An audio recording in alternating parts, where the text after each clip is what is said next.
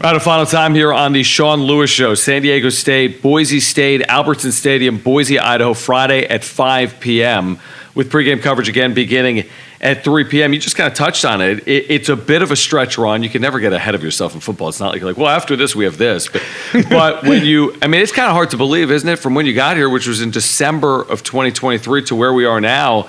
I mean, it really is a finite period of time you're working with this group right now. How do you feel that with your group? Obviously, you feel as a head coach, the group understands the importance of time right now? Yeah, I believe so, right? Yeah. And it's something that we've obsessed about since December of 2023, right? And I think I've made note and made comment quite a bit about it, the importance of time and how valuable that resource is, right? And we work consistently throughout the year with kind of breaking the year down in phases. And so, this team started coming together in phase one of winter conditioning. It was like, all right, hey, boys, we got 8 weeks in that phase, right? Then you go to phase two of spring ball, and okay, we have 15 practices, and just, micro-dosing the year as we go. So then you get to phase five, hey, the season, where now everyone starts paying really, really close attention, but it's like, okay, this is the culmination of all the work that we've done, and we're going to refine it. We're going to put the finishing touches on it and put an exclamation on the work that we've gone all the way through. But we have been obsessing about that time. And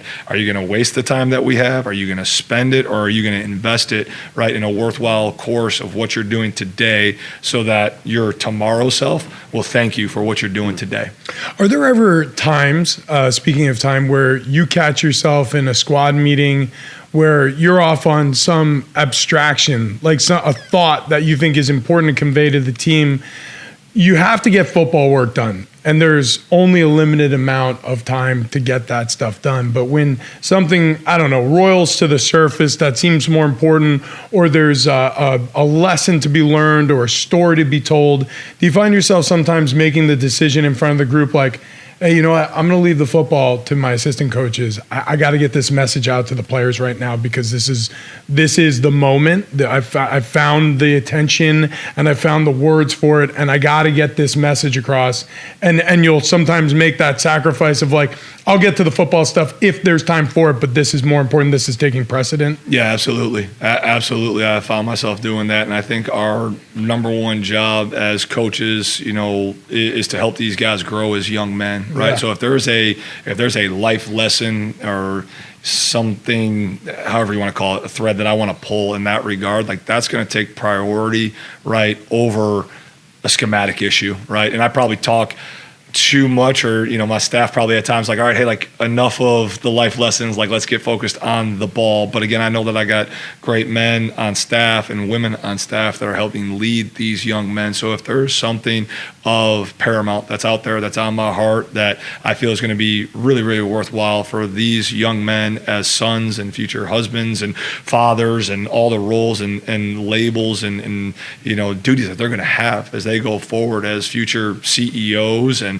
again, heads of households and just great citizens within our community, and we're absolutely going to talk about that, and we'll kick practice time back, or we'll shorten something in that regard to make sure that we have the time to do that. And we're looking to be really, really intentional as we move forward, now having, obviously our feet underneath us here and a lay of the land with one full season, to where this upcoming, winter conditioning and this upcoming summer conditioning, where, we're more in that strength and conditioning phase, and you have more time because you're not doing as much football because of the parameters of the NCAA rules and regulations, to where we'll get some phenomenal guest speakers in here that'll help our guys with, life after football. And what do we do now that football's done? Because this great game is going to end at some point in time for our guys, and for a lot of them, right? It happens much sooner rather than later, right? There's not very many people who get to decide, all right, I'm good. I'm done with this great game. I've done my course. I'm going to have the press conference. Generally, it's the other way around. The game tells you, all right, I've had enough, right? And I want to make sure that our guys are constantly growing as human beings, as young men. And all the while, as they're growing in that regard, they're going to become better, at playing football. But ultimately, playing football is something that we do. Coaching football is something that we do. It doesn't define us and who we are. It's interesting. When you're on the recruiting trail, like when you're selling the program and when people are coming into San Diego State, you want them to believe that they got a chance to play at the highest level, even beyond here, right? A lot of players who come out of San Diego State play in the NFL. Yep. But with that being said, it's not the only thing that you're selling, right? Because you're selling an education, you're selling a degree. Like, is there a balance there? As you're selling, hey, we think you got a chance to not just be good here, but we can develop you. But we're also going to develop you as a man off the field as well. Yeah, absolutely. And I really believe they go hand in hand, right? Yeah. Because as you continue to develop and elevate character becomes the accelerator for developing talent, right? If I have a humility, to go back to the earlier segment, like that, where I can laugh at myself, I can be open to coaching, I can be open to growth because I'm allowing my character to be developed, then I can accelerate at whatever skill or talent I want to be exceptional at. Then I can obsess about the details of that craft, whatever it might be. It happens to be refining the craft of football for us, right? So the complete experience that we get to offer, again, with the people, first and foremost, that are in this building, from our university president to the administration to, all the way down to our equipment staff. Like, everyone has a single-minded focus that we're here to serve the kids and to give them a first-class experience in a world-class city and earn a great degree while providing this holistic approach that I believe is truly second to none. And so, why would you want to go anywhere else? You get to live in paradise. You get to be developed by an exclusive, elite staff in all areas: academic support, strength and conditioning, professors, tremendous opportunities, for shadowships, internships, and through all that, because of your growth and development, heck yeah, let's not get to the NFL, but let's get multiple contracts into it, and then let's figure out, in 30 years, how we get you in a gold jacket to go to Canton. That'd be really cool. Right. Yeah. I like it. Look, name, image, and likeness, it's what a lot of people want to talk about in college football, and it's because it's getting flashy headlines, and obviously there are certain teams who are excelling in that space. However, I think what you just touched on is a part of the story, or more of the untold part of the story, which is character is currency. Yeah, I get it. Like, there's money to be made in college football now, but there's also a lot more money to be made after college football. Sure. And a lot of these guys aren't going to play in the league. A lot of these guys are going to need a great education, and they're going to need to trust the advisors around them, not excluding their coaches, to give them that guidance to help them make that transition after the lights go off for their career. And so that, to me, I think, oddly, is the part of all of this recruitment talk that's being completely missed.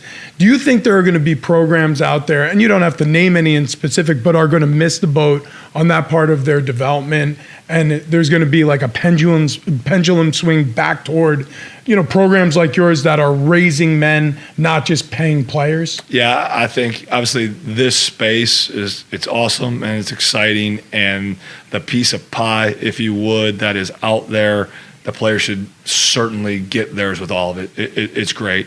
But I think, again, no matter the industry, whether you're, selling cars, you're selling widgets, you're building whatever it is, we happen to be building a human system that is chasing football results. I think being transformational, having bonds, having relationships, developing character, and the competency and the consistency in that is always going to be far superior than anything that is just transactional, because that's always going to be surface level. And when things get hard, those transactional bonds break. Versus if it's transformational and all of us can go through hard things together, and that bond is strengthened under the heat and the pressure of winter conditioning and spring ball and summer conditioning, and we do it with Coach Sobel and we do it with the staff, and we're up early, and there's something special about that, again, I think is a great competitive advantage that will always win.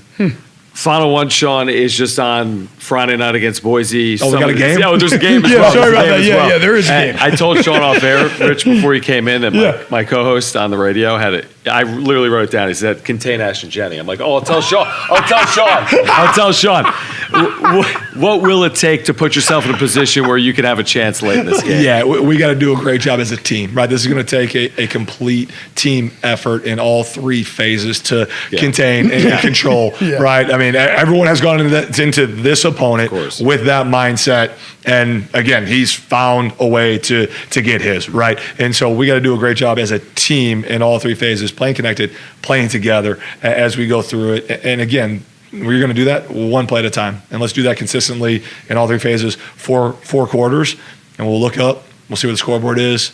We do it the right way, the scoreboard will take care of itself. Sean, we will see you Friday night in Boise, Idaho. Always appreciate you taking time for us. For sure. Thanks, guys. Go Aztecs. For the head coach of the Aztecs, Sean Lewis, and Rich Ornberger, my name is John Schaefer. San Diego State, Boise State, Friday night at 5 p.m. Pacific with pregame coverage beginning at 3 p.m. right here on San Diego Sports 760.